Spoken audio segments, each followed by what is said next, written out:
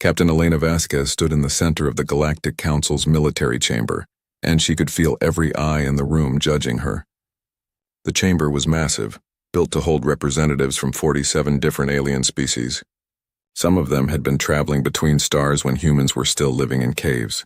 Now they all stared at her like she was a child playing with matches. She activated the holographic display.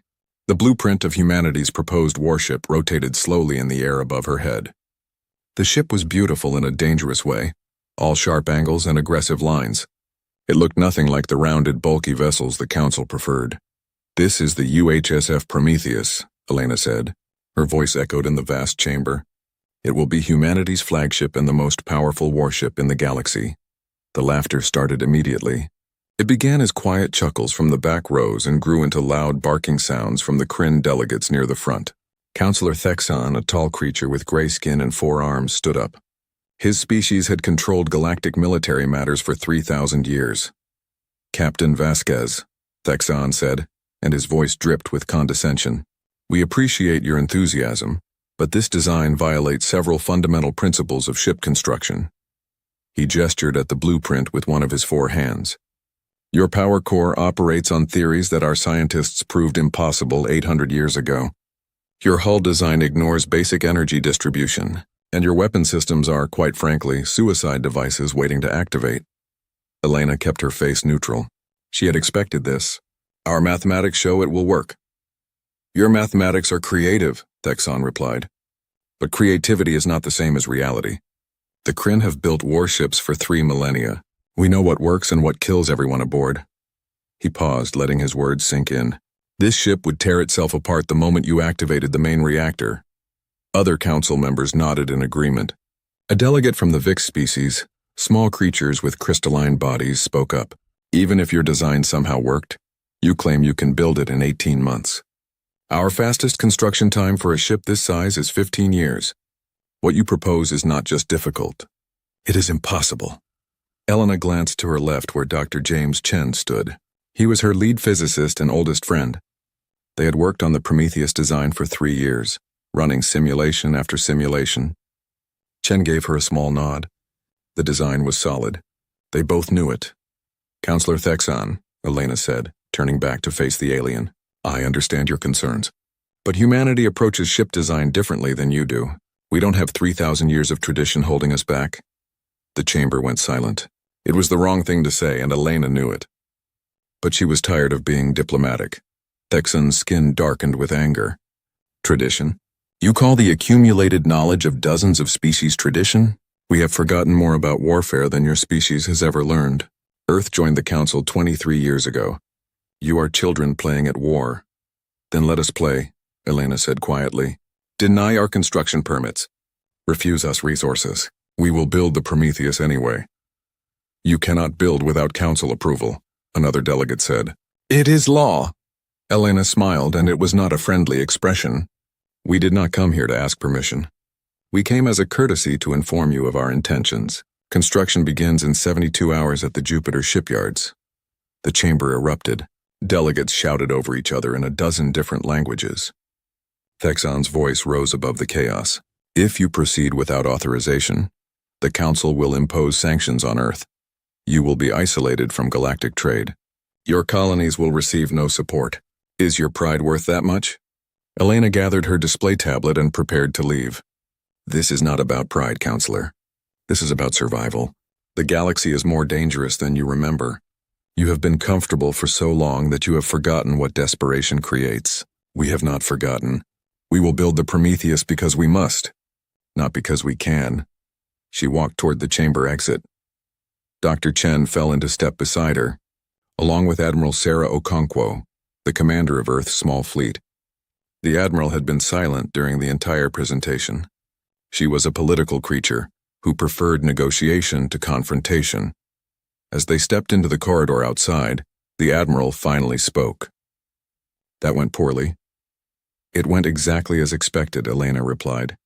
"They will make Earth pay for this insult," Okonkwo said. "The Council has ways of punishing upstart species. Trade sanctions are just the beginning. Then we will survive the sanctions," Elena said. "We have survived worse." Chen cleared his throat. "Elena, are you certain about this?" The Council has more experience than we do. What if they are right? What if the reactor design is fundamentally flawed? Elena stopped walking and turned to face her friend. James, how many simulations did we run? 4,312.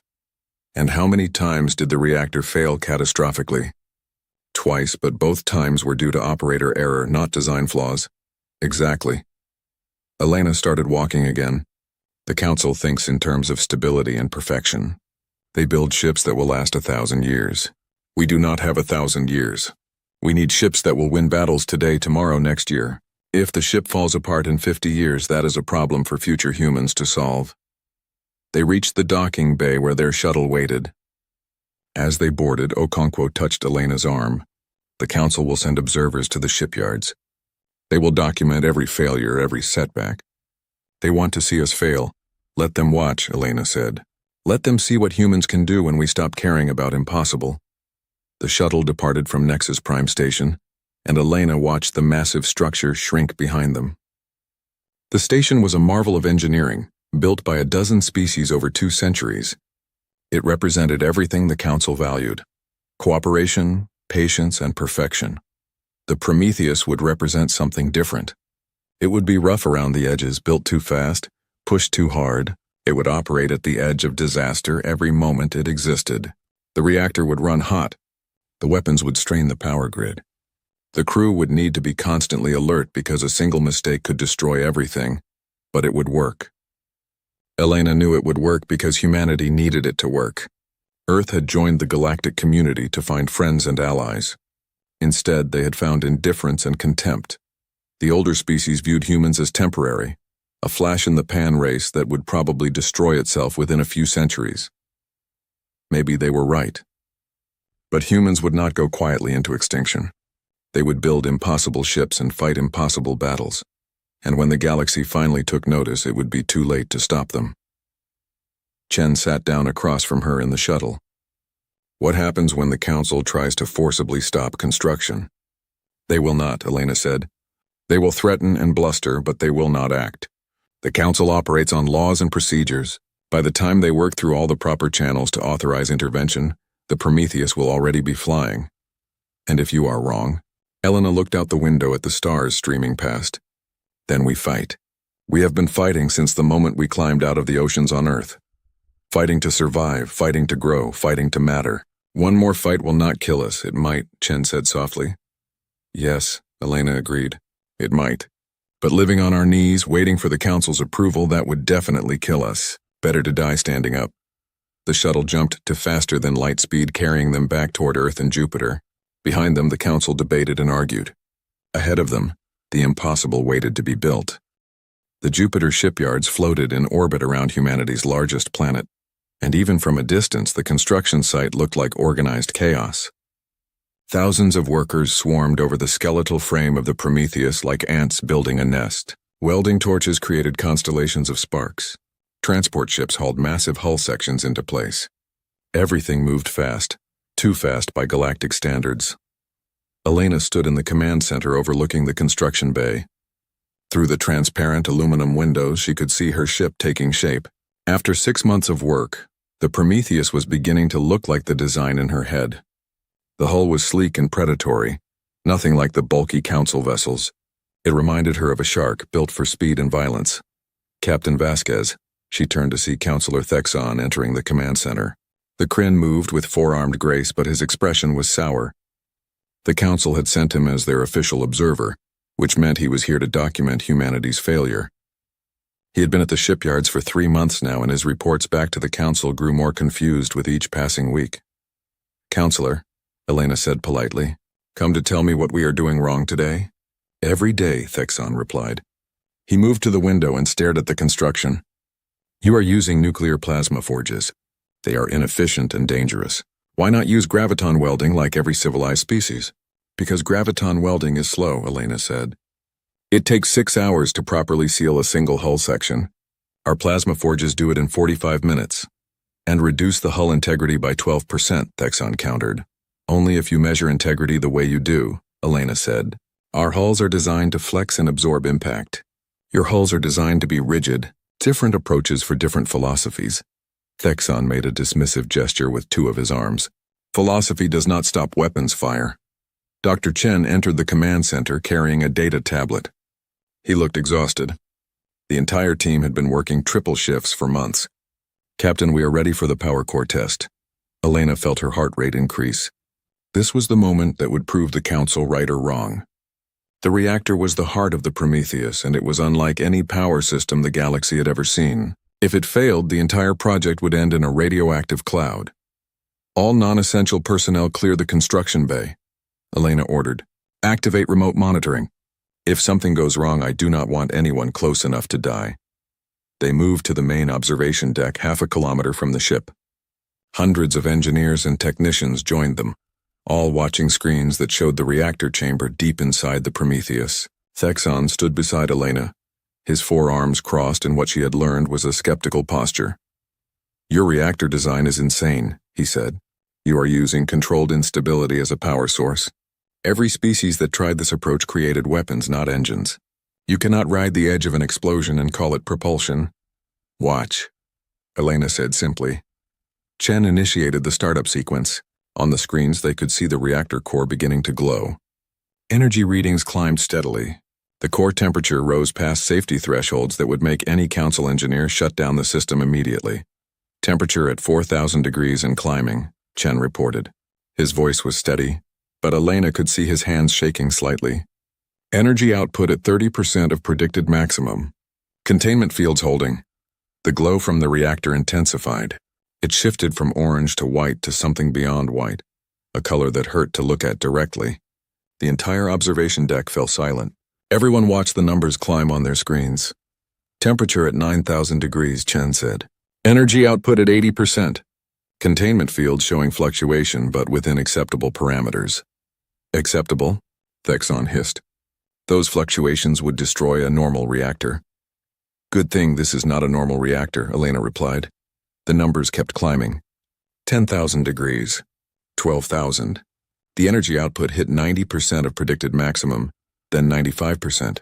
Every safety system designed by the Council would have triggered automatic shutdown minutes ago. But the Prometheus reactor kept running, kept building power, kept dancing on the edge of catastrophe. Temperature at 15,000 degrees, Chen said. Energy output at 103% of predicted maximum. The reactor is stable. The observation deck erupted in cheers. Engineers hugged each other. Someone started crying. Elena allowed herself a small smile. They had done it. The impossible reactor worked. Thexon stared at the screens in silence.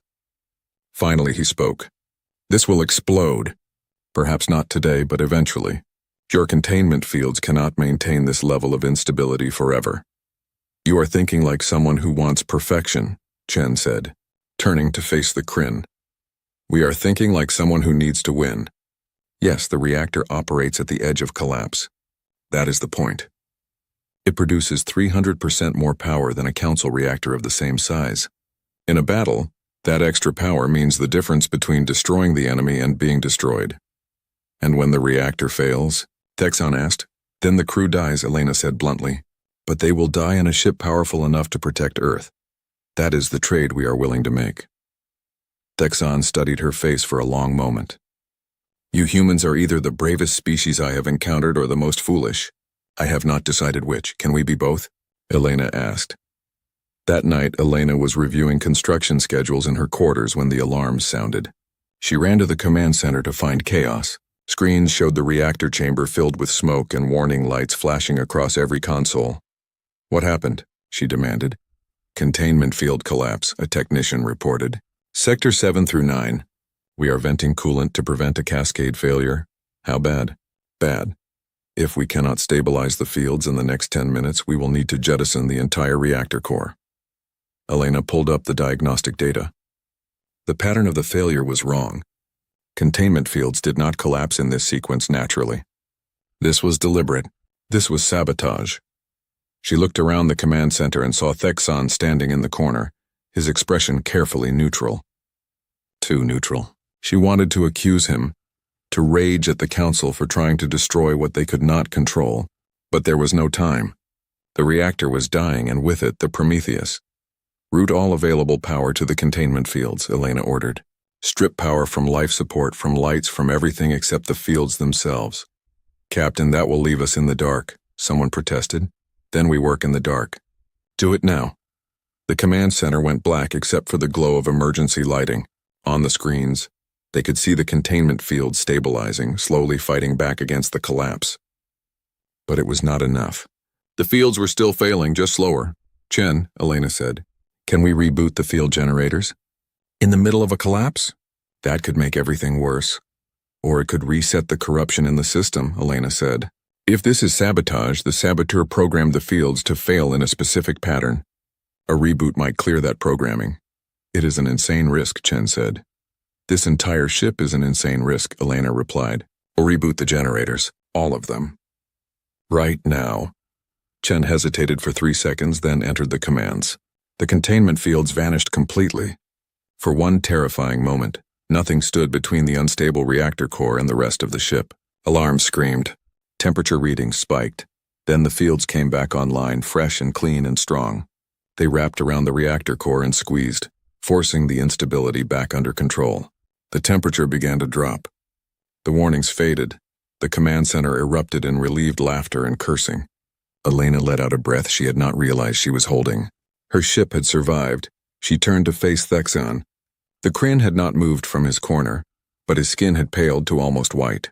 Counselor, I am sure your report to the council will mention this incident. Of course, Thexan said carefully. And I am sure it will be completely factual, Elena continued. Including the parts about the sabotage patterns in the containment field programming. Thexan's eyes narrowed. You have no proof. I have the logs, Elena said. And when I find out who entered those commands, everyone will know the council tried to destroy the Prometheus rather than allow it to succeed. She stepped closer to him, close enough that she had to look up to meet his eyes. You think we will fail because we are rushing. But you miss the point. Your people have forgotten what desperation creates. You have been comfortable for so long that you build ships like you have forever to finish them. And you build them like you have nothing to lose, Thexan said. No, Elena corrected him. We build them like we have everything to protect. That is why we will succeed. That is why the Prometheus will fly. Not because we are smarter than you or more advanced, but because we refuse to accept failure. She turned away from him and looked out at her ship, still growing, still taking shape despite everything. Construction continues tomorrow at 0600 hours. You are welcome to watch, Counselor. Watch us do the impossible. Month 18 arrived faster than anyone expected. The Prometheus hung complete in space, all 2.8 kilometers of angular armor and barely contained power. The ship looked dangerous, even sitting still like a predator waiting to strike. Launch day brought dignitaries from Earth and reluctant observers from the Council. Elena stood on the bridge of her ship for the first time as its official captain. Around her, 4,000 crew members prepared for what came next. They were young and diverse, representing dozens of Earth nations. Most had never served on a military vessel before, but they had trained in simulators for 18 months while the ship was built. They knew every system, every circuit, every possibility. Through the main view screen, she could see the gathering of ships near the Kepler defense zone. The Prometheus would face the gauntlet today, the standardized combat simulation that every Council warship must pass before joining the fleet. No ship had ever scored higher than 73% effectiveness. The Kryn flagship, the Eternal Dominion, held the current record at 71%. Thexan's face appeared on the communication screen. He spoke from the observation station, surrounded by other Council military leaders. Captain Vasquez, the Gauntlet will test your ship in 3 phases: defense, offense, and what we call the Crucible. You may begin when ready. Completing final systems check now, Elena replied. All stations report ready status. Her crew responded one by one. Weapons ready? Engines ready? Shields ready? Life support ready? Everything was ready, but Elena felt the weight of what came next. 18 months of work, billions of credits, and humanity's reputation all rested on the next few hours. Helm, take us to the starting position, she ordered. All hands, this is the captain. Today we show the galaxy what humans can do. Let us make it memorable. The Prometheus moved forward, its engines burning bright against the darkness. The ship handled beautifully, responsive, and quick despite its massive size. Elena allowed herself a moment of pride. Her ship, her crew, her chance to prove everyone wrong. The first phase began without warning. 3 attack simulations appeared on the sensors, approaching from different vectors. Standard protocol called for the ship to maintain position and absorb the damage, proving hull integrity. Elena had no intention of following standard protocol. Helm. Evasive pattern Delta. Use Jupiter's gravity well. Weapons target the lead simulator and fire when you have a solution. The Prometheus moved, accelerating faster than any capital ship should. It dove toward Jupiter, using the planet's massive gravity to slingshot around and change position. The attack simulations had to compensate, to recalculate, to adapt. By the time they adjusted, the Prometheus was already somewhere else. The ship's weapons fired in quick bursts, destroying the simulations before they could complete their attack runs. The entire phase lasted 4 minutes. Standard completion time was 12 minutes. On the observation station, council officers stared at their instruments in disbelief. Thexon's face showed something Elena had never seen before. Uncertainty. Phase 2 beginning now, came the announcement. 6 hardened targets appeared on the sensors, scattered among civilian structure simulations. The test was simple. Eliminate all 6 targets without damaging the civilian structures. Standard approach meant systematic targeting, careful precision strikes, 40-minute average completion time. Weapons, Elena said calmly. Prepare cascading barrage. Captain, that pattern has never been tested in real conditions, her weapons officer protested. Then today we test it. Execute on my mark. The cascading barrage was Chen's idea. Instead of firing weapons individually, the Prometheus would fire in a calculated sequence. Each shot's energy wash would amplify the next, creating a chain reaction of destruction. The math said it would work. The simulations said it would work. But simulation and reality were different things. Mark, Elena said. The Prometheus unleashed everything at once. Weapons fire lit up space like a string of fireworks, each explosion feeding into the next. The 6 targets disintegrated in rapid succession, destroyed so quickly that the monitoring computers barely registered what happened. Total time, 7 minutes. Impossible, someone whispered on the observation station's open channel. Elena smiled. Helm, return to start position. Prepare for Phase 3. The final phase was classified. Only Council military leaders knew what it contained. Elena had researched old records and found almost nothing. No ship had ever completed the Crucible. It existed only to establish where ships failed, to find their breaking points. When the phase began, Elena understood why it had broken every ship that tried it. The sensors showed 30 enemy vessels approaching in coordinated attack formation. Behind the Prometheus, 6 civilian transports appeared, defenseless and slow. And the ship's power core suddenly reported as damaged, operating at 60% capacity. 30-to-1 odds with a damaged core and civilians to protect, Elena's tactical officer said. Captain, this scenario is designed to be impossible. Elena studied the tactical display. 30 ships, 6 transports, 60% power. The correct tactical decision was obvious. Retreat, save what you could and withdraw. Except that some battles could not be won. But Elena had not built the Prometheus to accept defeat. Chen, can we weaponize the damaged core? She asked. The communication channel went silent. Then Chen's voice came through, shocked. Captain, that has never been tested. The theory is sound, but if it fails, we destroy ourselves. If we retreat, humanity fails, Elena replied. If we fight conventionally, we fail. So we try the impossible. Can you do it? Give me 2 minutes to set it up, Chen said. Elena watched the enemy ships closing distance. All hands prepare for emergency power loss.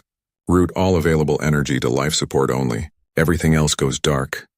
The bridge lights dimmed to emergency red. Screens flickered. The ship felt dead around her, a massive corpse floating in space. The enemy ships accelerated, sensing weakness. Chen, Elena asked. Ready. Captain, if this works, we will be dark for 40 seconds. If it does not work, we will be dead forever. Then let us hope it works. Activate contingency Omega. The Prometheus pulsed once, a heartbeat of pure energy.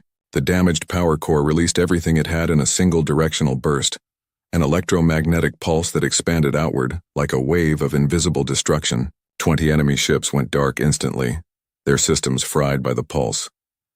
Then the Prometheus died. All power went offline. Life support engines, weapons, everything.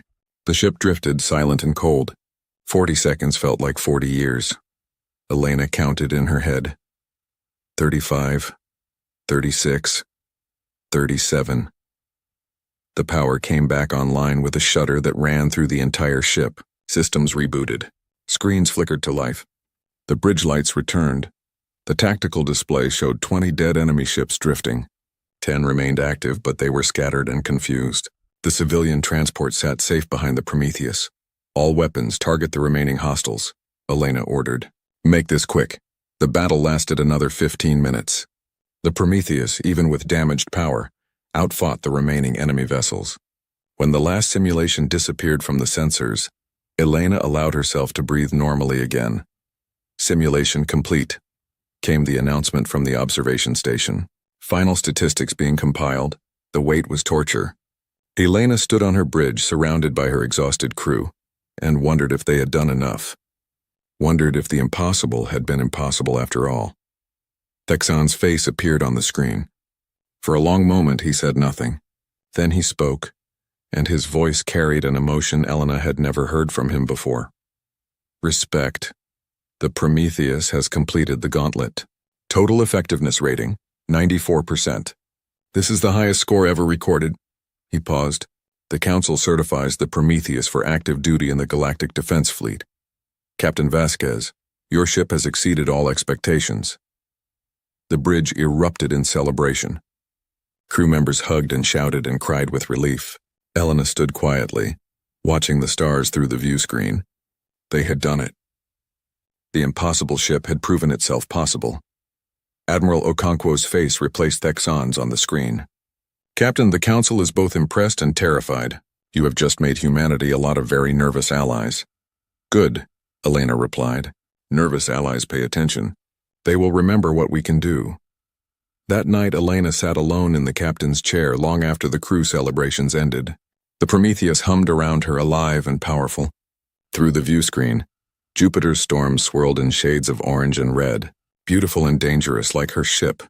The galaxy would never underestimate humanity again.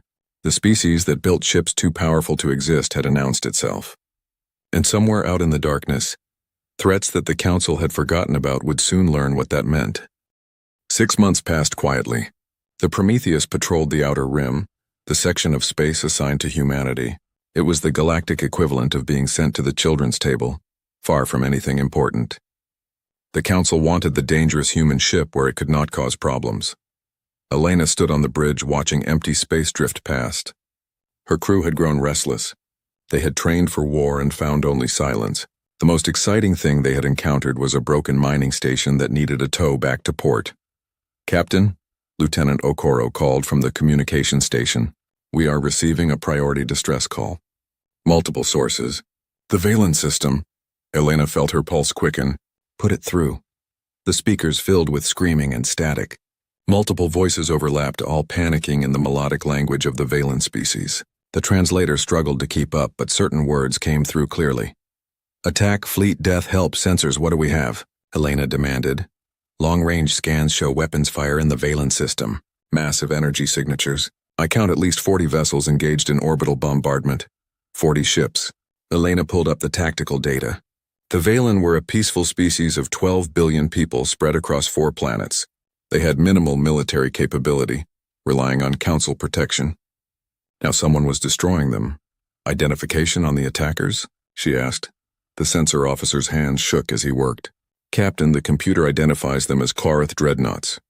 But that is impossible. The Karath have been extinct for 800 years, apparently not extinct enough. Elena pulled up what little information humanity had on the Karath. An aggressive species that the Council had defeated in a brutal war centuries ago. The few records available described them as relentless and cruel. Communications. Send a priority alert to Council headquarters. Tell them the Karath have returned and are attacking the Valen system. Request immediate fleet support. Already done, Captain. The Council is deploying the Kryn 7th Fleet. Estimated arrival time 4 days. 4 days. 12 billion Valen did not have 4 days. How long until we reach the Valen system at maximum speed? Helena asked. 19 hours, her helm officer replied. The bridge went silent. Everyone understood what Elena was considering.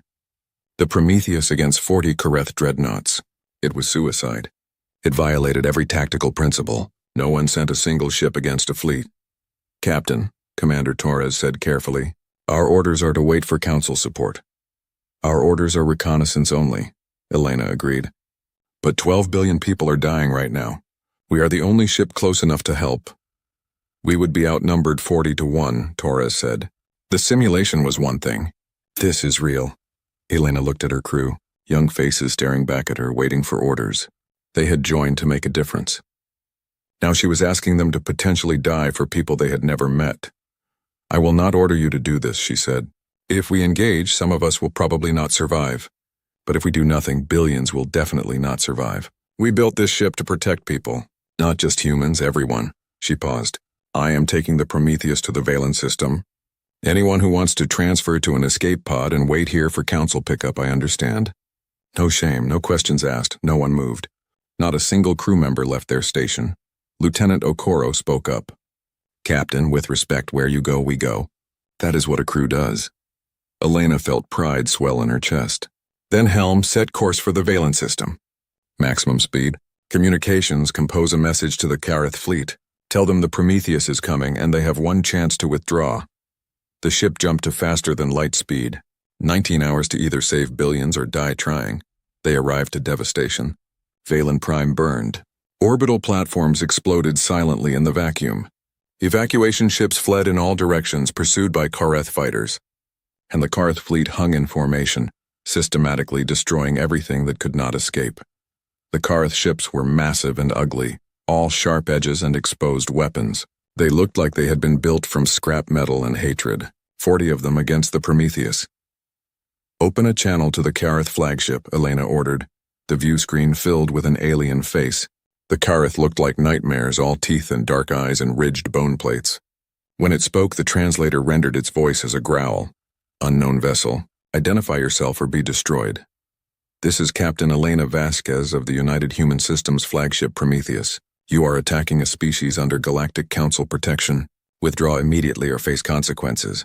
The Kareth laughed. It was an ugly sound. One ship. You send one ship against the swarm? The Council has grown weak. We will reclaim what was taken from us, starting with this world. Then we will stop you, Elena said simply. You may try. Your wreckage will join the Valen corpses. The channel closed. The Kareth fleet began to move. 25 ships continued the planetary bombardment. 15 turned to face the Prometheus.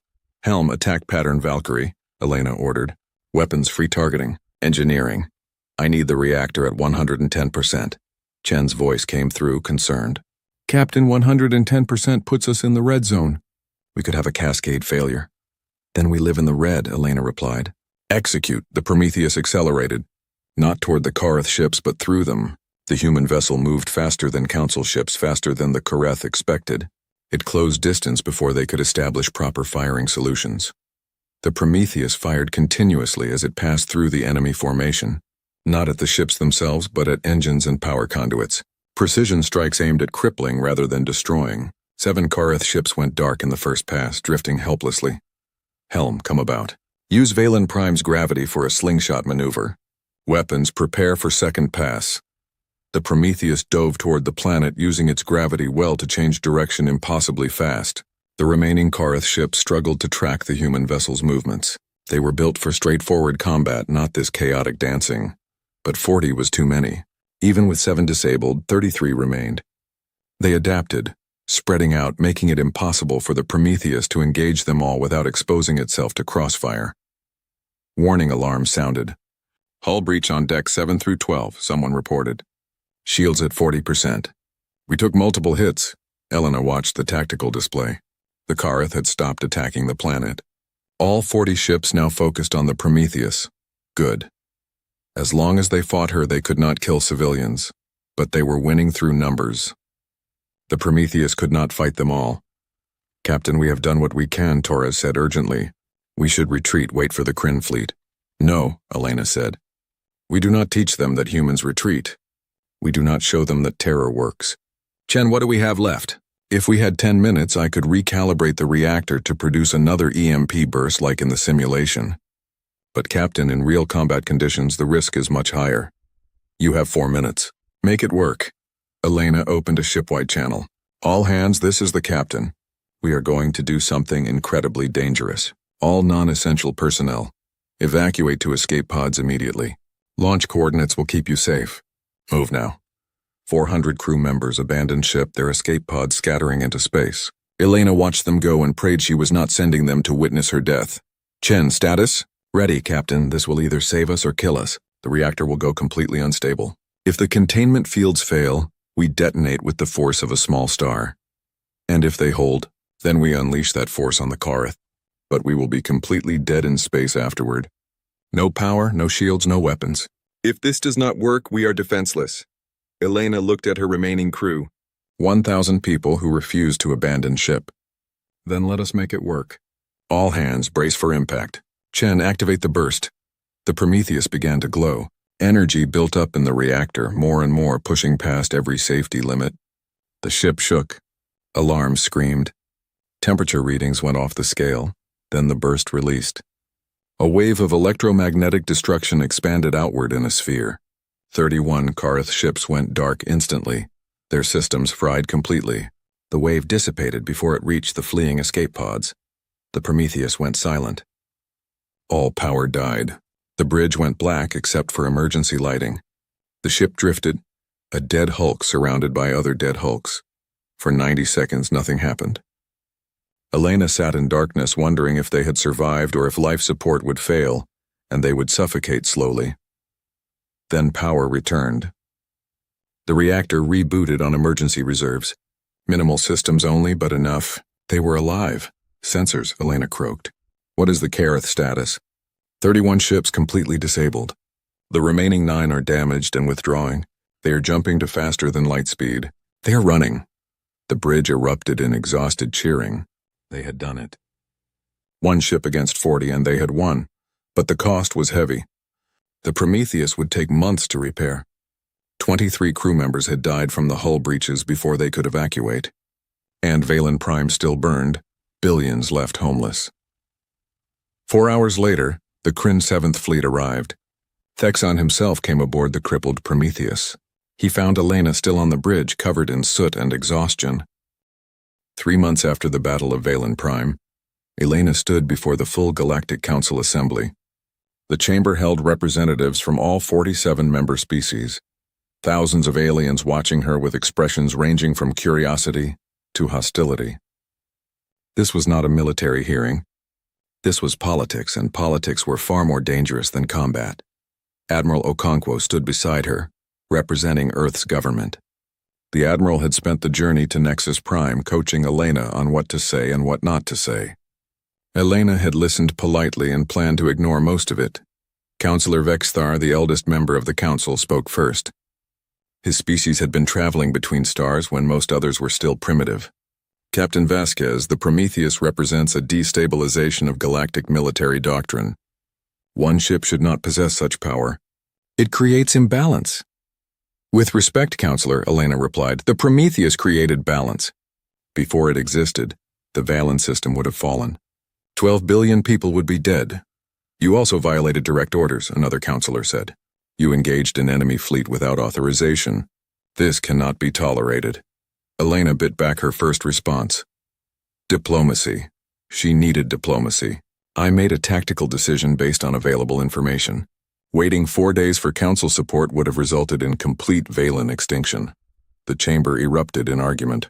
Different species shouted in different languages. Some defended her actions. Others demanded punishment. The council had not been this divided in centuries. Then Thexon stood. The Kryn counselor had been silent until now, but when he spoke, the chamber quieted. The captain made the correct decision. She saved billions of lives that our slow response time would have lost. Yes, she violated orders, but perhaps our orders were wrong. Shocked silence. Thexon had never defended humans before. The Kareth returned, Thexon continued. A threat we believed eliminated. They attacked with 40 ships and modern weapons. They chose their target carefully, hitting a defenseless species in a remote system. This was not random. This was planned, and if one human ship had not responded, we would face a very different galaxy today. The Kareth were testing us, Elena said, understanding. They wanted to see how we would respond. They picked the Valen because they knew the Council would be slow to defend them. Precisely, Texan said. And now they know. The Council has ships that break conventional rules, ships that move faster, hit harder, and fight with tactics they cannot predict. Captain Vasquez did not just save the Valen. She sent a message to anyone planning to test our defenses. Another counselor spoke up. Which brings us to the real issue, the Prometheus design. Multiple species have requested full technical specifications. If this ship design is as effective as demonstrated, we must integrate it across the fleet. No, Elena said flatly. The chamber went silent. Counselors stared at her in disbelief. No one refused the Council's requests. The Prometheus specifications are not available, Elena continued. Not because we are selfish, but because the design will not work for you. Explain, Vexthar demanded. Elena took a breath. This was the dangerous part. For 12,000 years you have built ships the same way. Slow, methodical, perfect. Every species in this chamber designs vessels that will last 1,000 years, that will never fail, that represent the pinnacle of engineering. She paused. Humans cannot afford that luxury. We are young. We do not have 12,000 years of accumulated knowledge. What we have is 400 years of constantly being outmatched and learning to survive anyway. We build ships that should not exist because we need them to exist. The Prometheus works because it was built by people who understand desperation. You are saying we cannot build ships like yours? Someone asked skeptically. I am saying you can copy the blueprint, but you cannot copy the mindset. The Prometheus operates at the edge of disaster every single moment. The reactor runs too hot. The weapons strain the power grid. One mistake destroys everything. Your engineers would never accept those risks. They would redesign it to be safer, more stable, more perfect. And in doing so, they would make it weaker. Admiral Okonkwo touched Elena's arm in warning. She was saying too much, being too blunt. But Elena did not care. The Council needed to hear this. You think we destabilized the galaxy? Elena said. I think we saved it. Because the Kareth came back and they will not be the last. The galaxy is bigger than you remember. Somewhere out there are threats you have forgotten about. When they come, you will need ships built by people who remember how to fight impossible odds. Alarms interrupted her speech. Emergency lights flashed throughout the chamber. Counselors checked their personal devices in confusion. Then the emergency broadcast activated. A holographic display appeared in the center of the chamber. It showed a tactical map of Council space. Red icons appeared across multiple systems. Dozens of them, hundreds. The Kareth have returned, an automated voice announced. 400 ships detected. Multiple simultaneous attacks on Council systems. The chamber descended into chaos. 400 ships. The Kareth had not come back to test defenses. They had come back to reclaim their old territory. And the Council fleet, spread thin across vast distances, was not ready. Thexon pulled up tactical data. They are hitting 6 systems at once. They learned from their failure at Valen Prime. They are not giving us time to concentrate forces. How long until the Council fleet can respond? Vexthar demanded, hours at minimum, perhaps days for some systems. Then those systems will fall. Elena watched the tactical display. 6 systems under attack, billions of lives at risk, and the Council had no immediate response. How many Prometheus-class ships does humanity have? Thexon asked suddenly. 1, Elena replied. Still under repair at Jupiter. How long until operational? 6 weeks minimum. We do not have 6 weeks. Elena stared at the tactical map. The Council fleet was powerful, but it was designed for a different kind of war. Slow, methodical, conventional. The Kareth were fighting a new kind of war, fast and chaotic and everywhere at once. Then we do not fight with what we wish we had, Elena said. We fight with what we have. And we do it the human way. Every counselor turned to look at her. Retrofit the Council fleet with human tactical doctrine, Elena continued. Not human technology. Human thinking. Stop trying to defend every position. Use gravity wells as weapons. Coordinate attacks at impossible speeds. Accept calculated risks instead of safe losses. You want us to fight like humans? Someone asked in horror. I want you to fight to win, Elena replied. Your ships are powerful. Your crews are experienced. But you are fighting by rules the Kareth do not follow. Abandon the old doctrine. Fight unpredictably. Make them adapt to you instead of adapting to them. Thexon studied the tactical display. If we do this, ships will be lost. The Council fleet has not taken heavy casualties in 800 years. Then you have forgotten what war costs, Elena said bluntly. The Kareth are betting you would rather accept defeat than accept losses. Prove them wrong. The council debated for 3 minutes. Then Vexthar made the decision. Captain Vasquez, you will coordinate fleet operations from Nexus Prime. All council ships will follow your tactical direction. Do not make us regret this. The battle for Nexus Prime lasted 7 hours. Elena stood in the command center, directing hundreds of council ships through tactics their captains had never imagined. Ships that normally stayed in formation scattered and regrouped. Vessels designed for frontal assault performed flanking maneuvers. Captains took risks their training said were impossible. Ships were lost. Good crews died. But for every council vessel destroyed, the Kareth lost 5. Then when defeat seemed inevitable, a single ship dropped out of faster-than-light speed. The Prometheus, held together by emergency welds and human stubbornness, joined the battle before repairs were complete. All ships fall back to defensive perimeter, Elena ordered. Prometheus will handle the breakthrough. Her battered ship drove into the Kareth formation like a knife. It moved through the asteroid field surrounding Nexus Prime, using the terrain to eliminate enemy vessels one by one. The Kareth had never fought like this. They could not adapt fast enough. When the battle ended, less than 100 Kareth ships escaped. The rest were destroyed or disabled. The cost was heavy. 40 council ships lost, thousands dead. But Nexus Prime survived. 1 week later, the council convened again. The chamber was damaged, hastily repaired. Councillor Vexthar addressed Elena and Admiral Okonkwo. For 12,000 years, we believed we had achieved the pinnacle of civilization. Peace through strength. Stability through tradition. You have shown us we had achieved stagnation. He paused. The council proposes a new arrangement. Humanity will maintain autonomy over ship design and construction. In exchange, human tactical advisors will train council fleets. Additionally, we offer humanity a seat on the Security Council.